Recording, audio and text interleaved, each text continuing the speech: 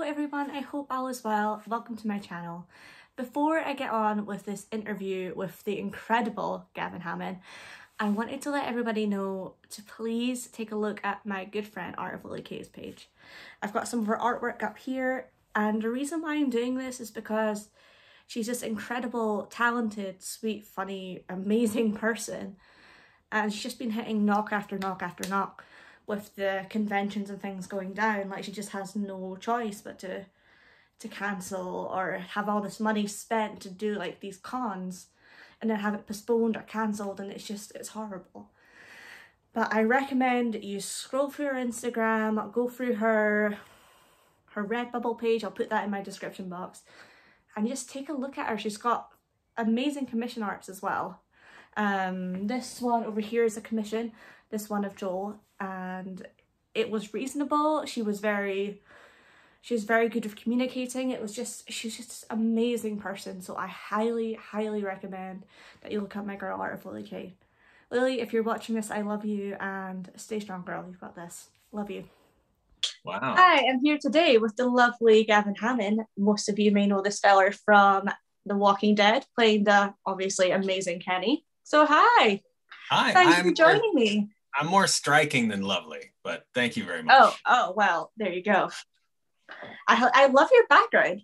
Oh, thanks. It's just in order not to embarrass myself with what's actually behind me. Oh, I dread to think. Well, it's not as bad as you think. And there's lots of evidence of where I work and what my studio looks like out in the universe, but it's a total dump right now. So I feel you.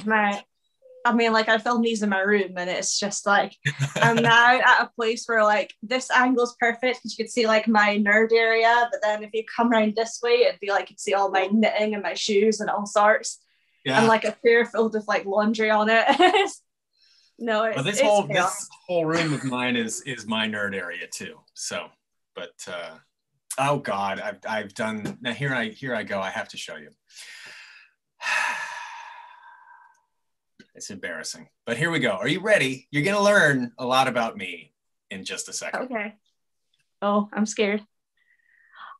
Amazing. Yeah. Oh my God. My studio. There's drums here too. There's several. Of course, yeah. Here, because why wouldn't there be in a room that's packed with so other much stuff crap already? Yeah. Fair enough. And now I have to leave it on because that's it. You've exposed yourself. The cat is out of the bag. So. So how are you? It's late for you, right? No, it's only 7 o'clock over here. Oh, that's not so it's not that bad. I've had interviews. One of my first ones I ever did was with Rob Wheatoff, who plays John Marston in the Red Dead series.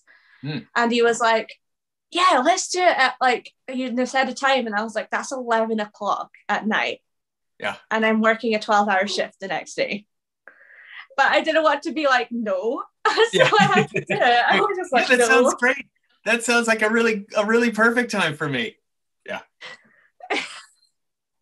The one thing I was meaning to ask you, I think because with COVID and everything, and obviously you've got your own studio, was it kind of like a big, like, oh my God, this is going to be a huge readjustment, or it's kind of like, well, I do this already, so. No, I mean, for me, honestly, I'd been trying for probably the last 2 or 3 years to do as much as humanly possible from my home studio, just because I live in Northern California, probably like 40 or so miles from San Francisco. So for me, on a good day, it would take me, maybe an hour to get into the city. On a bad day, it could be impossible, or it could take 2.5 hours, 3 hours. And it's just, time on the road for us. It's like we don't get paid, like nobody does, the commuting time. So it's like if I've got a session that, pays okay, but it takes me 3 hours to get there or 2 hours to get there and 2 hours to get back, it cuts your rate, almost, it almost cuts it like to a third of what it was before. So for me, it was just like I had always been trying to have everything that I could set up so that I was perfectly ready to do whatever I could. So I had been working, trying to get, even local clients to just sort of let me record from home. Because, you know, the more chances that I'm here, the more time I'm here, the more stuff can come up that I can do. So when this all started, I was like, hey, I'm already set up and I'm all ready to go. So for me, there wasn't a huge transition aside from doing animation and interactive stuff is usually projected pretty loud. So we're shouting and whatnot. And my booth, which is like right here, it's this little tiny structure off to the side that I built, where I think there was previous podcasts I've done where I've been in there. I just didn't want to be in there today, but because I've already been in there too much, but and I'll be in there for like 4 hours later. But just sort of having to do the interactive and animation stuff, I needed to do more soundproofing than I had already done, because when you're shouting and whatnot, especially in a tiny space like that, sound is bouncing around all over the place and you get weird reflections and weird frequencies that come up. So I did have to do a bit of retroactive, you know, sort of soundproofing, but you know, I know enough very cool people who are very savvy at doing that sort of thing. So it wasn't a big expense or a lot of work or anything. But yeah, for the most part, I was already ready. I already had, you know, Source Connect and, you know, IPDPL, the sort of things that we do, you know, to connect to other studios so they can actually record me through my mic on their rig in their studio with their, you know, digital audio workstation. So it was, I was already ready. I just needed to get fine tuned. But I was excited because you know, now most everything is from home, including animation and interactive. Although I imagine that's going to come back around, and I'll have to drive back down to Burbank and whatnot in order to do those things, which is fine. I didn't really mind doing it before, but it's been nice not commuting for sure. Nice not socializing. Well, I'm still socializing because we're still talking. It's just that I don't have to physically be there. So it's like we can still chit chat the way we're chit chatting right now. It's just that I didn't have to drive and park and then, you know, cross several bridges. So I can only imagine. It's a silver lining for sure. Like, I don't drive personally. Like, this is something I really need to do because it's just so much more helpful. But it's like I was on the bus today and it was like, normally it takes 40 minutes to get from Edinburgh to where I stay.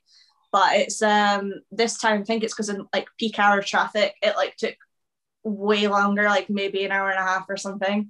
Yeah. And I was just like, I just need to get back. I need to get ready. Like when you messaged me, I was like, I'm on the bus. I don't know when I'm going to get home. Oh yeah, I'm flexible too. I mean, it would have been fine if you needed to reschedule or delay or whatever. That's awesome. So I was meaning to ask you, because you've got your drum set behind you.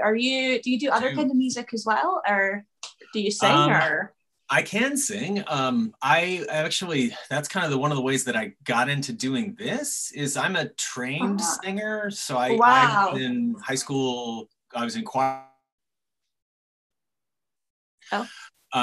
And kind of stopped when I was in a band called Dance Hall Crashers, which was a ska band in the 1990s. And we Glasgow, you know, at like a university, and of course had people banging on the bus, you know, that wanted to say, you know, show us around your bus or we'll smash your fucking windows, you know, that sort of thing. Terrible accent. Sorry, it was bad. I wasn't ready. No, I love it. But you know, we traveled around the world and whatnot. And then when we stopped around 1999, 2000, I started to take classes to do this. So I've already got, you know, kind of the lung capacity that you know, you sort of get taught to do as a singer. And was already pretty resilient in terms of my throat and screaming and whatnot. So yeah, I was kind of ready to, you know, do something else. And I felt like that was a pretty good way to go. Not just because of the singing or the training or anything like that. Just because, you know, I had always kind of been a pretty good mimic, and I've watched a lot of cartoons and movies. So I had already kind of had that going for me. But yeah, I play, like drum wise, I play whatever people want to play. I'm also a trained drummer. You know, I took lessons for 15 or so years. Wow. And so I played mostly ska and punk, but and rock and country. I played jazz for quite a while in college, with traveling groups and whatnot. So just kind of whatever comes up, I'm happy to try to do. It's funny because like I like singing and I do want to post covers and stuff. I'm always really shy. But when it comes to like when I hear about voice actors and things being able to sing, it never really shocks me because I know you guys have like the vocal control, you've got the tone and the technique. So I just always find it really fascinating. At the same time, I'm like, you're just multi-talented. I'm so jealous. Well, there are a lot of voice actors that can't sing, but there's probably at least I would imagine half of us can, because we all kind of come from someplace to arrive at this. There are not a lot of people I know that purely are just a voice actor because that's just what they do. I'm sure there are some out there, but like Melissa Hutchison, who plays Clementine, she's a phenomenal singer. Wow. So she was also like a trained singer and was like doing on camera stuff. And then our agent in San Francisco, Nate Tico at Stars, was like, asked her, hey, have you ever done any of this? And she's like, no. And I think they knew each other in high school even. And she was like, wow. Taking drama and whatnot, or, drama classes and doing plays and whatnot. And so he was like, yeah, you should give this a try, which kind of started her, her career. But she's a fantastic singer too. Probably some of us are not, but most of us can. Owen Thomas too was another guy. He and I were at the University of California at Berkeley at the same time, and he was part of the Octet, which was like this sort of legendary 8 male voice acapella group that I auditioned for and was not accepted. But that's okay. They told me to come back. I was a freshman. They told me to come back, and I was like, no. So I don't need you. in my petulance in the 1990s, I did not return. So. Oh. So how long have you been doing this for? I imagine it's been a while, a hot minute. This is my 17th year. I signed with my agent in San Francisco in 2004. So it's been, 17 years of being represented. I started taking classes in 1999 or so. So that's 22-ish years of like trying to do it. And then I've probably been doing it full time for about 14 or so years. Because I was like 2008-ish is when I was like not really needing to do other supplemental things. Mm-hmm. So I know The Walking Dead was 2010 or something like that. Was that like one of your first big roles, would you say? Or probably just in terms of, I wouldn't say it was like big in terms of what it meant at the time, because I'd worked on AAA games prior. So for me, it was kind of like when we were started to record it, I remember that I'd always really wanted to work with Telltale. I had worked with them on like CSI games, Law and Order games, other sort of, like licensed, intellectual properties where, but when this came through, I was really excited just because it was pretty different from a lot of other video games. It was narrative. Most of their stuff had been really narrative to begin with. So that wasn't new per se, but it was definitely different for most of us in terms of what we were used to. But just in terms of how well it did and the attention and notoriety and the sort of, not lead role, but, that Kenny was a fairly prominent, secondary role. So I definitely probably have more notoriety for that than anything else. I'd been League of Legends champions prior to that, and I'd done plenty of other stuff prior. This just broke out in a way that no one was really expecting. So I mean, it's certainly in retrospect, it is, probably the biggest thing I've worked on, just because of, people know me for it, which is cool. It was really fun. At the time, it was just another game that we were working on, and we were stoked to do it. The fact that it ended up being, for me anyway, but 3 seasons, but 4 seasons of the game with many of the same, a couple of the same characters under the same studio with the same sort of vibe. I think the longevity probably surprised all of us equally. Mm-hmm. So would you say obviously you're saying it's like not like obviously the biggest role you've ever done and things like that, and would you say that you kind of appreciated Kenny and things more as the response to the game came out, like in later seasons you're like, oh, I love this character even more now because I knew what people are going to expect? Yeah. I don't know. I mean, for me, it's like I like being able to work. So it's kind of like I don't really feel any particular attachment to the characters I get to do because I am only lending them a voice. Like I'm not writing it per se. I'm just kind of a guy they hired to come in and get it off the page. So I don't get super attached to them. Like I've never in a session said, even with like a character like Kenny, like, oh, my character wouldn't say this or anything like that, because it's like, you guys wrote it. And if you say he says it, I'm going to figure out, how to make it sound like it's within the realm of, possibility. Yeah.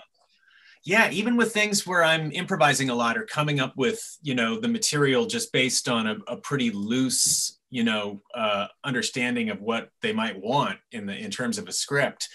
Yeah, I still don't get attached or, precious with, the stuff that I do, because I always feel like I'm just a hired hand and I'm just happy to be there, and I want the client to be happy and get what they need, Yeah. That's just my jam now. I have to say, I love the interaction that you have had with fans, because my friend Kristen, and I'm such a close friend of her, and she showed me, like, before she posted it on Twitter, she was like, oh, I don't know whether to like share it or anything. No, just go for it, just share it.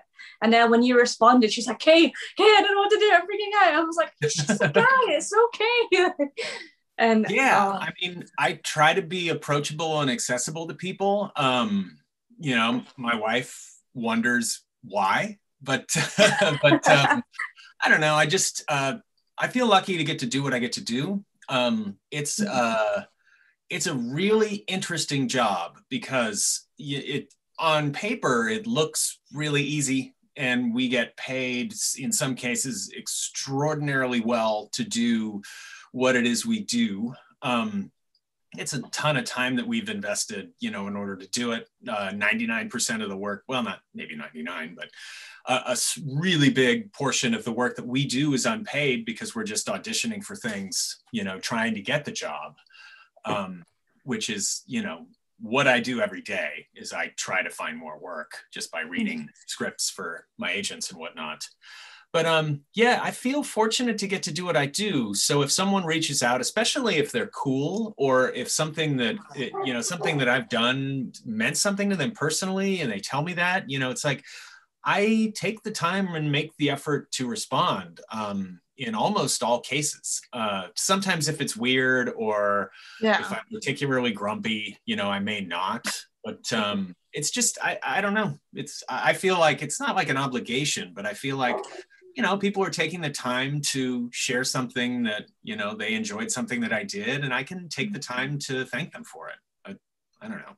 It doesn't seem that difficult, and it doesn't feel like it costs me anything in order to do that. Now, if people get overly familiar or weird or start asking me for money or something like that, I usually just kind of cut it off. But, those are few and far between. And so is negativity. I get very, very little sort of negative response, unless it's to my personal politics, in which case I get it, but I don't understand why people feel the need to, go to, or, insert themselves into, my discussion simply because I'm sharing something that I believe. I don't know why people feel compelled, because I don't necessarily go out of my way to, tell somebody else, unless it's a politician and they're a piece of shit. Pardon my French, but if it's, if it's just a personal politics, it's like, yeah, I don't agree with you, but I don't need to like, billboard that or try to get, amplified by you by being a troll about it. So I generally just kind of blow those off for, or black people.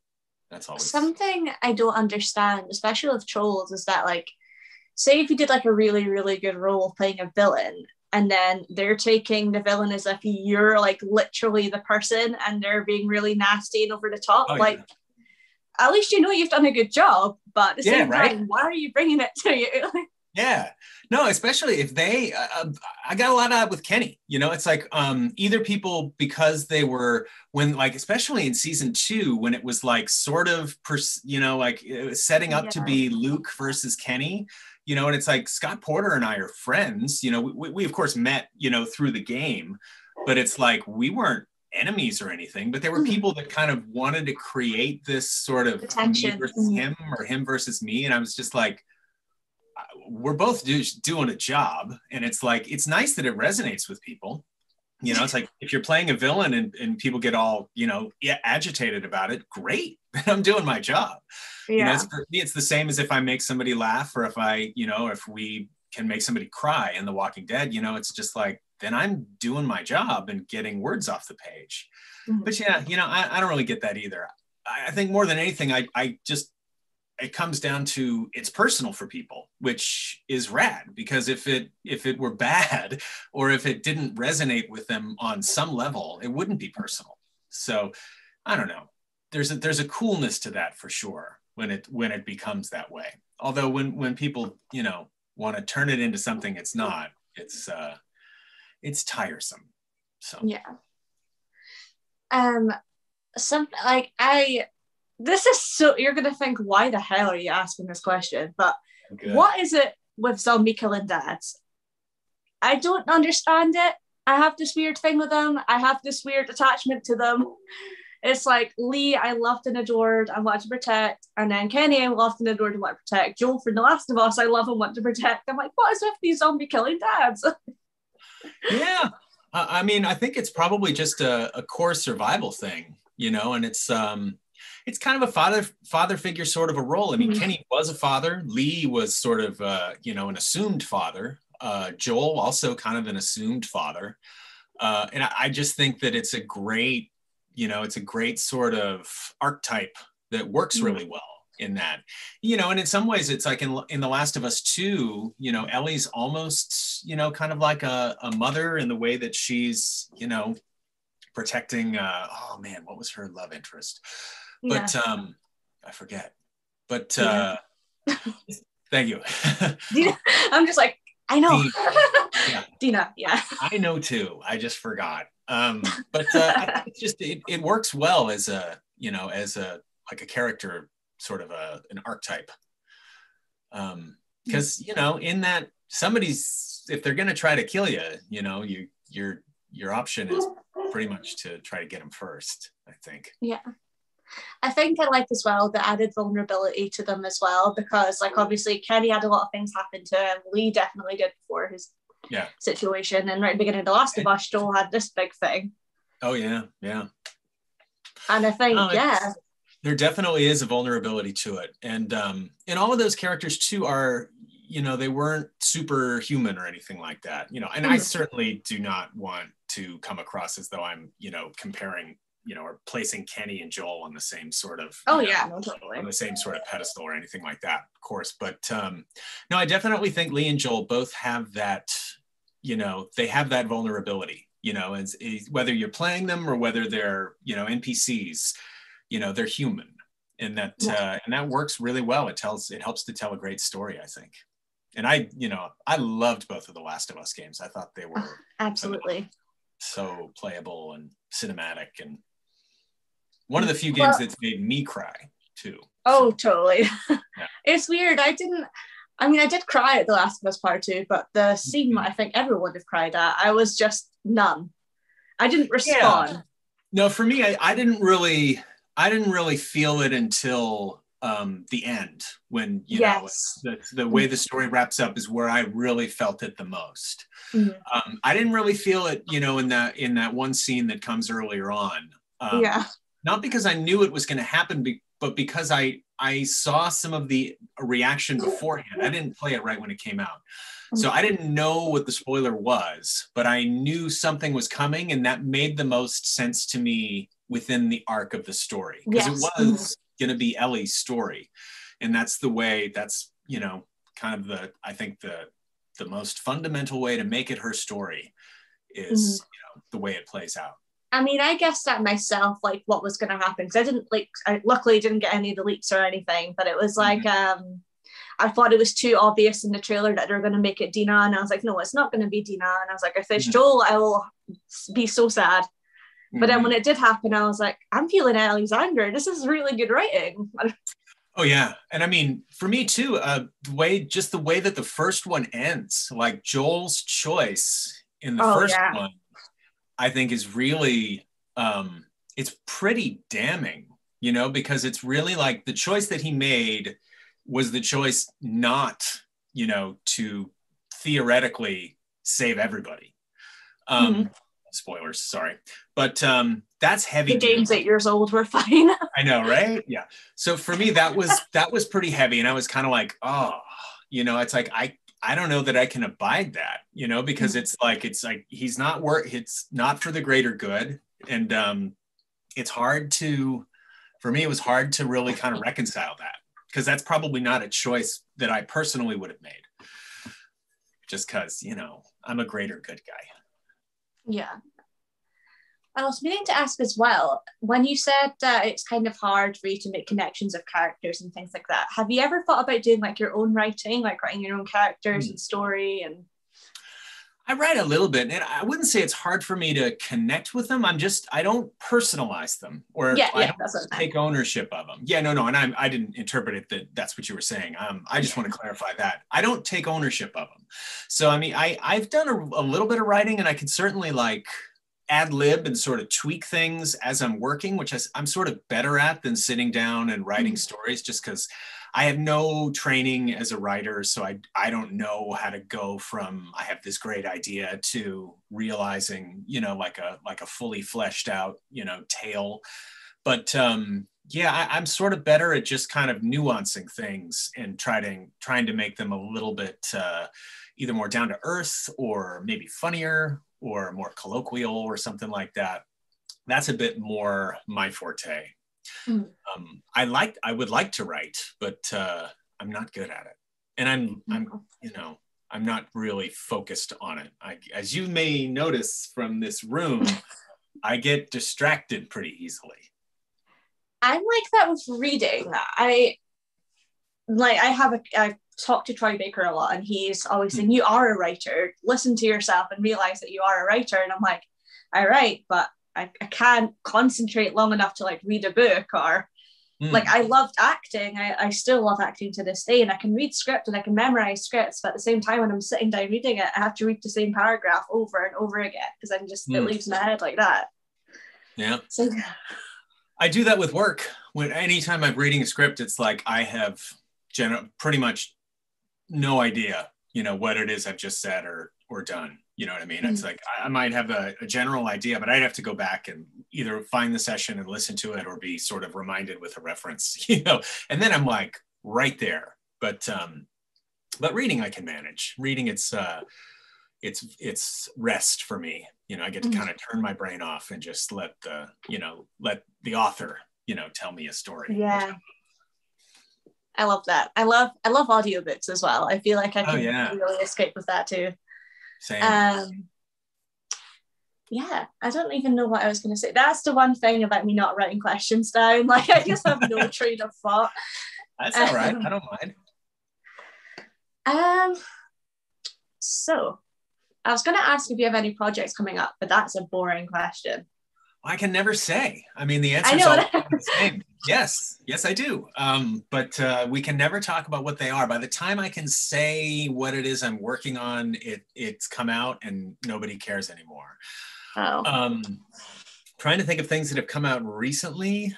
I don't know. I'm in this sort of limbo state of waiting for things to come out. I think I play a very tiny role in the Lego City Adventures, I think is the name of Lego City is the cartoon. I play Bob, a firefighter, and Mr. Produci, the produce guy. I think that we're getting close to a third season of that being released. I'm not sure. I think the second season just aired or wrapped, or maybe 3 is starting or airing or wrapping. I don't know. Mm. Aside from that, yeah, there's always stuff out there. I just generally can't say what it is. And then there's commercial stuff, but nobody ever cares about that. Oh, that's fair enough, though. I was meaning to ask as well, when you said a little bit about fan interaction and things like that, how does it feel when people like walk up to you and say like, this role has done this or that for me, it's helped me this much, or this, that, or the next thing?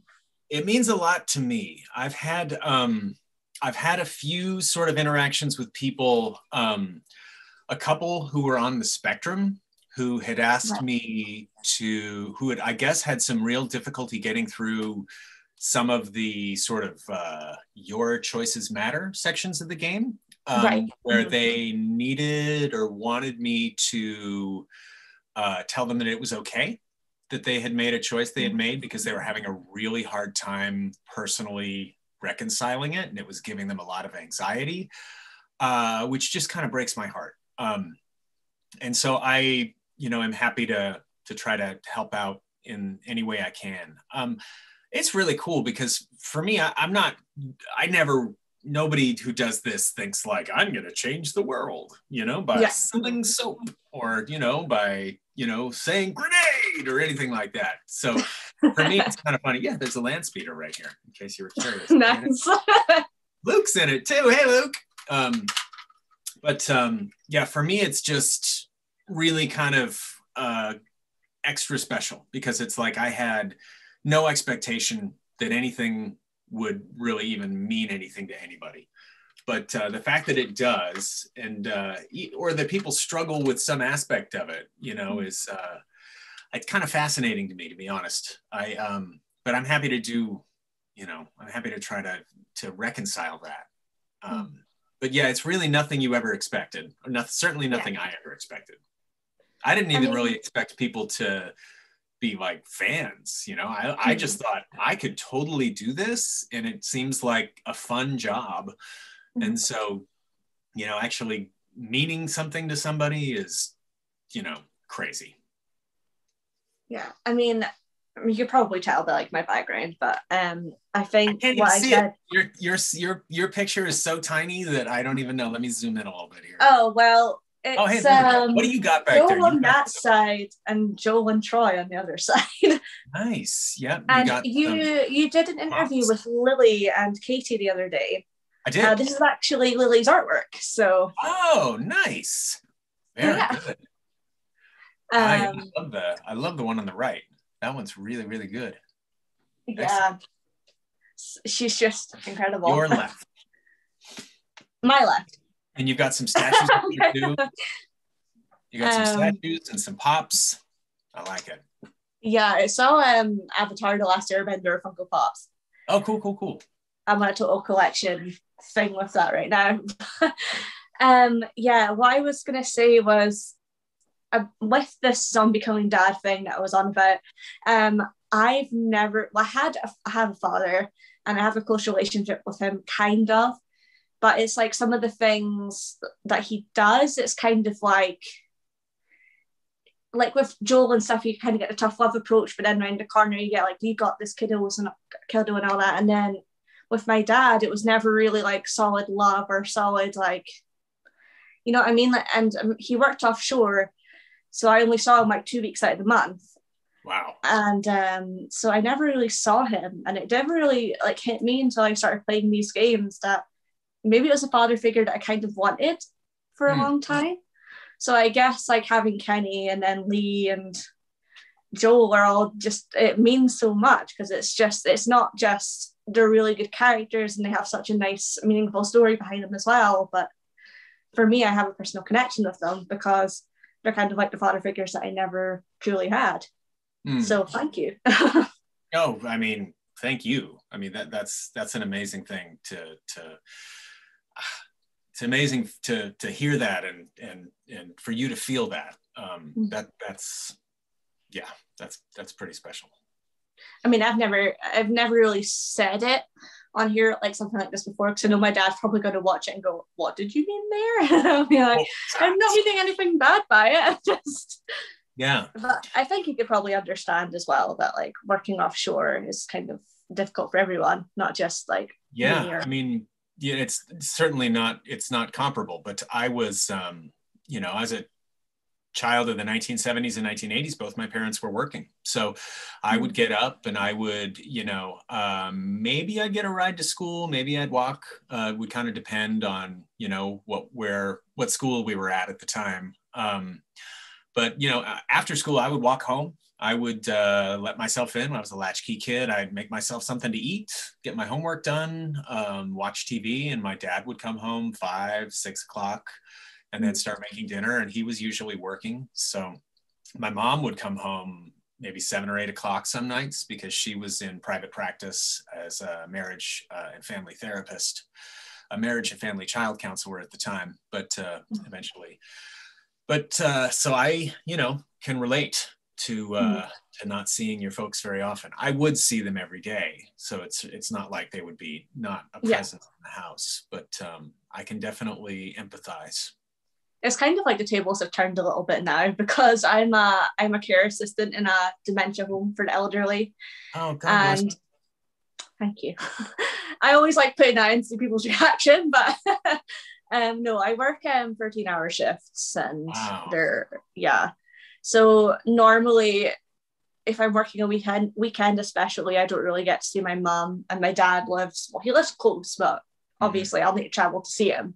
But It's just like I never find a time. My brother's in London and, you know, COVID, I can't really see him. But yeah, I mean, so I can't really say anything about my dad. I'm probably just as bad just now. Yeah, I totally understand. I still see my dad. My dad is, he's 80 years old. So I see him a fair amount. He's definitely getting older. I lost my mom in 2011. So it's been about 10 years since she passed, which was tough, of course, for obvious reasons. But she had a strange type of lymphoma. And we sort of knew that, you know, that it was not great. But then it was more of just circumstances that, you know, ended up, we lost her sooner than we expected to, which was tough. So that definitely strengthened, you know, my relationship with my brother, because my brother was in the band with me, was in Dance Hall Crashers. So he and I would travel around. We would usually room together. And so I spent a lot of time with my brother for, you know, about 10 or so years. So our relationship was fine. We were close for sure, but, you know, it was definitely different once, you know, the two of us were sort of kind of thrust into a more prominent role in the family. But we're still very close, and we still, you know, play Dungeons and Dragons together and play in bands together. That's so cute. Yeah. That's so cute.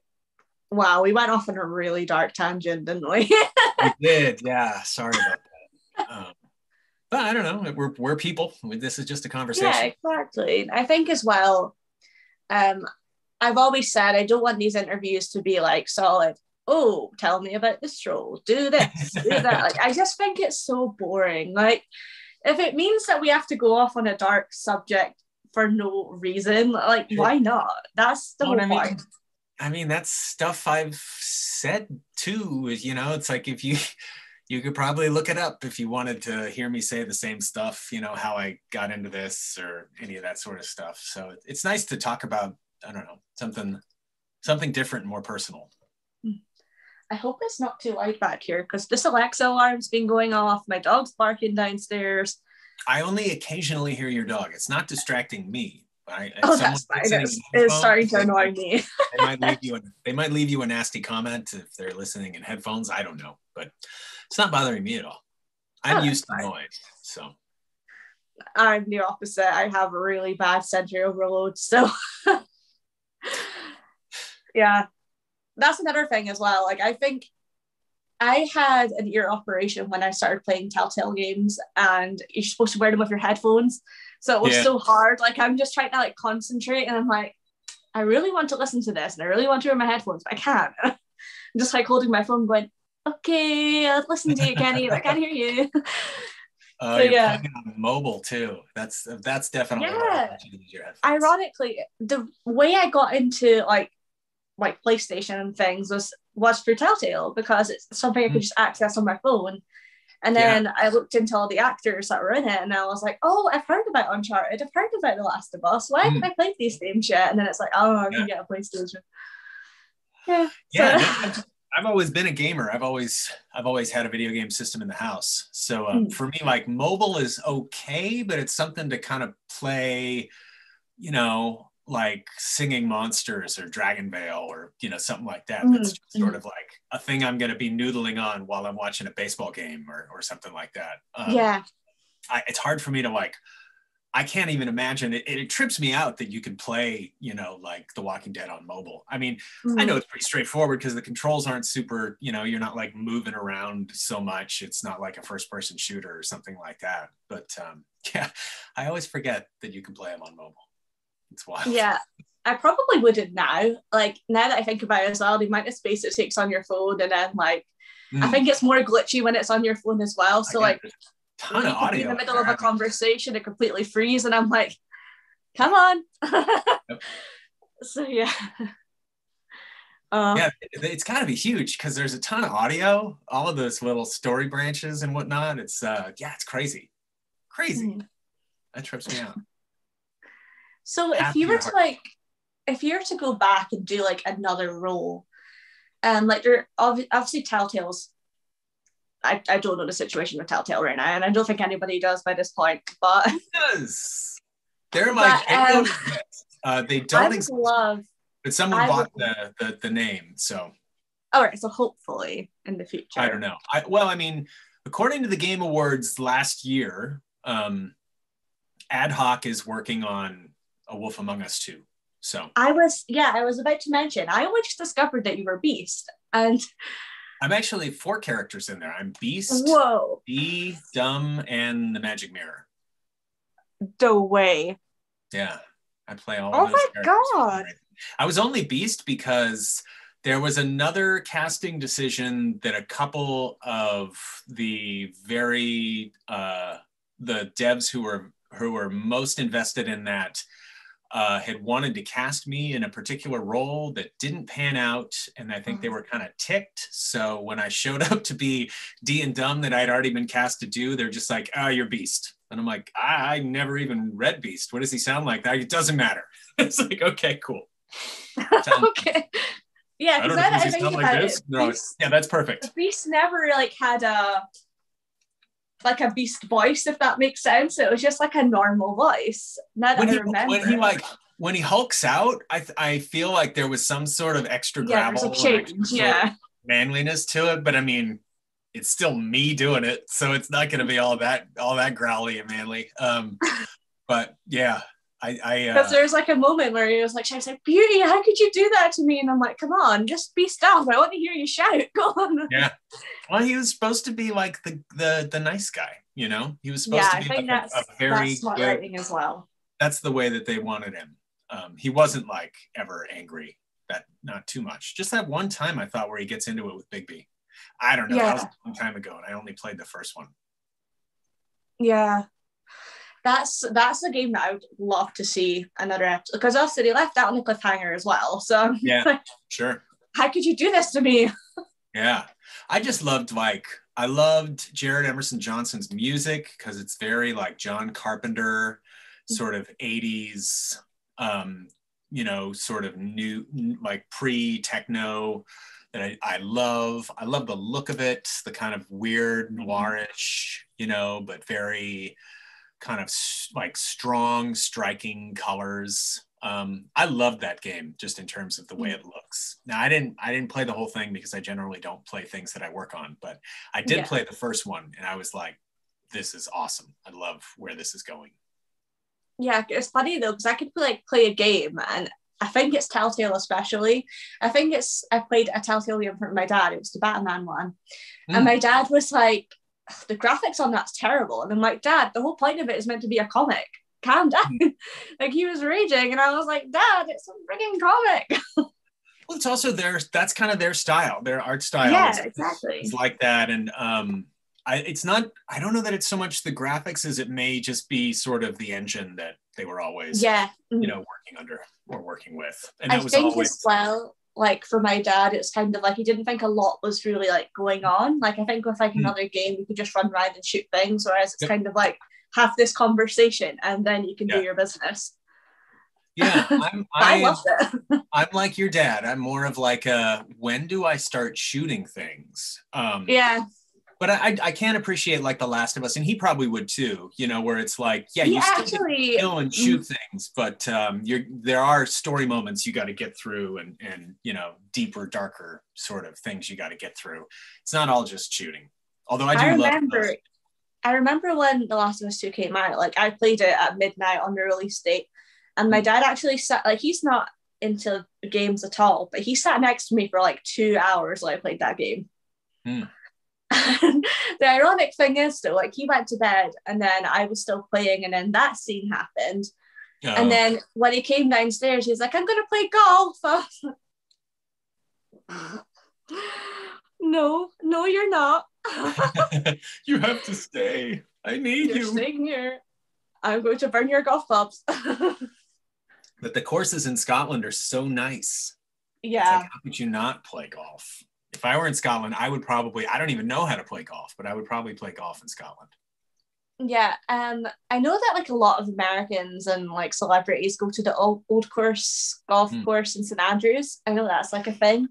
Where I'm kind of like, St Andrews is such a boring place. Like they're like, we're all about the golf. I'm like, that's all that we have going for it. And that allegedly, Prince William and Kate had a meal together in this one restaurant. That's it. Yeah. Sorry, what were you saying? I totally interrupted you there. In the pub. Just trying. Yeah, the pub. What else do you need? Exactly. That's actually curry, true. A good curry, the pub, golf. Sounds pretty sweet. There's a nice Indian place there, actually, now that I think about it. So yeah, I can get good curry there. Probably the best Indian food I've had in my life has been in the UK. So. Oh, really? Oh, yeah. Have you? Oh, I was about to say, have you been to Scotland? Obviously, you have, because you've been on your tour. And what other places in Scotland have you been to? Is it just been Glasgow, or is it been other? I think Edinburgh and Glasgow. I'm pretty sure that was on a tour with NoFX, the punk band, and then we did. That was a huge tour. We went kind of all over. We didn't go anywhere probably anywhere east of Germany, but we did go all over the UK, played a bunch of dates in England. We did not play in Ireland because I went to Ireland the first time a couple of years ago for like a League of Legends watch party for the League of Legends. Oh, nice. Finals. Someone, a promoter invited me out to come and do like a meet and greet and watch the finals. And my wife was like, I am totally coming to Dublin with you. And I was like, all right. So we stayed like an extra 4 or 5 days and just loved it. It was just so fun and such a nice time. Yeah, Dublin was never a place that I'd went to, but I've always wanted to go to Ireland. I actually went there a couple of years ago. Love it. I went there a couple of years ago for a Comic-Con, ironically. Oh, cool. Yeah, like I travel ridiculous miles to go to Comic-Cons. Actually, the longest I've traveled is 10 hours, but it was only to go to London. So, wow. Did you go by train or something? That seems like a long way. Bus, jeez. Wow. So yeah, I'm sat next to a total stranger. Like obviously you can't now COVID, but oh no, I would actually never do that with COVID. Oh no. I think I would have more anxiety than I already do. Yeah, but yeah, I went to Dublin to meet Roger Clark, and he was the only reason why I went to Dublin. Like there was no other reason. And so if you were to go to Scotland again, there's a con coming up in October and I could talk to them. Oh yeah. I mean, I don't do very many conventions just because I don't solicit myself to go out and do them. I'm not a huge fan of them, but I do like meeting people. For me, it's like pretty much all of them feel about the same. So it's kind of like similar vendors, similar sort of stuff. But I've done San Diego and New York and whatnot several times with Telltale, mostly just doing either some sort of a live event or signing or panels or whatever. Yeah. I've done, probably a dozen shows here and there. I don't get asked a ton, and that's fine. And I don't try to go out of my way to get asked to do them. But if I get asked, I'm perfectly, willing to try to make it work. So sure, I'm sure my wife would love to go to Scotland. That'll be awesome. Have you got kids? I meant to ask. I do. I have two sons. They will soon be 14 and 17. Wow. Yeah. So have they played any of the games? 13 and 17. My bad. Wow, you forgot your own son's age. Well, they're right on the cusp. They almost have the same birthday because we're terrible planners. Okay. So yeah, my 12-year-old will be 13 and my 16-year-old will be 17. They're 4 years apart. I knew that the math was wrong there. I made the 16-year-old 17 already. So. Have they played any of the games that you've been in? Like, if they sat and played The Walking Dead, or? I don't know that they played The Walking Dead. My oldest played Oxenfree, and I think my youngest may have also played that too. But they've kind of been, I worked on Skylanders forever ago, and we played that quite a bit. But that was just a game that we already played together, and then I got cast as just a very minor, I don't even remember what you called those guys, but a very minor character in it, but still had like a little figure. So we bought the figure and played, and they thought that was pretty cool. They've played video games their whole lives too, because we've played games together since they've been either old enough to watch me suffer through Mario Kart or whatnot. But I don't know that I think they probably watched people play The Walking Dead because, they're kids, so they watch a lot of people playing video games. Yeah. But not too much that I work on that I know of. They don't tell me that they do. They might. I don't know. I don't encourage it. So. Well, I would say, I think I'd be like really weirded out if I was playing a game and then like my kids would be like, "Is that you?" I'd be like, "No." Or like, that's probably what I would say too. I'd be like, "Does it sound like me?" And they'd be like, "Kinda." I'm like, "Then it's probably not me." Or just be like, "Well, I've not done my job right if it sounds like me." Yeah, no, most of the games they play these days, I am not part of, which is okay with me. I would love to work on more things, but no, as far as I know, it's been only a few. Oxenfree for sure, because my oldest played through that several times and loved that game. I was meaning to ask you, who, I know you were in Red Dead 2, but was it that just like... Everybody was in Red Dead 2. I was about to say... Anybody with an LA agent or a New York agent pretty much worked on that game. So yeah. I was part of the local pedestrian population, which... so you just like walked past and howdy. No, I was a bunch of marshals. I was a bunch of lawmen, I think. I think I was mostly... not necessarily good guys, but guys with badges, I think. Nice. I played that a little bit. I'm not a huge Rockstar guy in terms of playing their games because it feels really intimidating. You get into it and then it's like there's so much that I didn't really get very far in it. I did get far enough to hear myself and I was like, oh, okay, that's cool. Same thing with The Last of Us. The Last of Us Part 2 I worked on very briefly. And that was another one too where I was like, oh, yeah, I know that voice. But yeah, with Red Dead, it was, I think, pretty much everybody came in to do, at the time, the union rate was 1 hour, one voice. So they get one voice from you and they pay half like a SAG-AFTRA interactive session fee is like half that rate for 1 hour's worth of shouting. So I came in and did my shouting kind of the same way probably everybody else did. But it was fun. Enough. It's nice to be on it. I'm most of the feedback I got from people is that, that Kenny's in it because it's me doing a Southern accent, which is, what Kenny's probably going to sound like is, unless you're really getting into the nuances of what part of the South it is, most people just hear Southern and say Kenny when they hear me doing it, which I get it. It's me. It's still me. I'm going to sound like myself. So, yeah. So I don't really know how to close this off, but the one thing I always ask everybody is, if you were to ask yourself, or if you were to give your younger self advice, what would you say? Oh, man. I would say, don't take things so personally. I would say none of this is about you.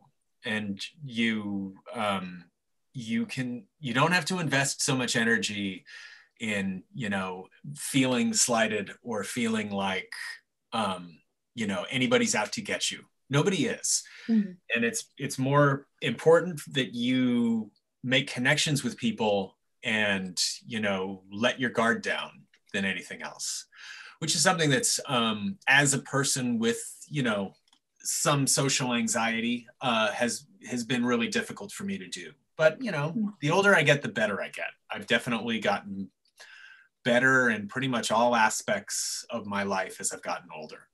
Except for the things like playing drums really fast. It's like you get old and you lose some of that, stamina. But I could play a better groove than I could then. So that's more important ultimately.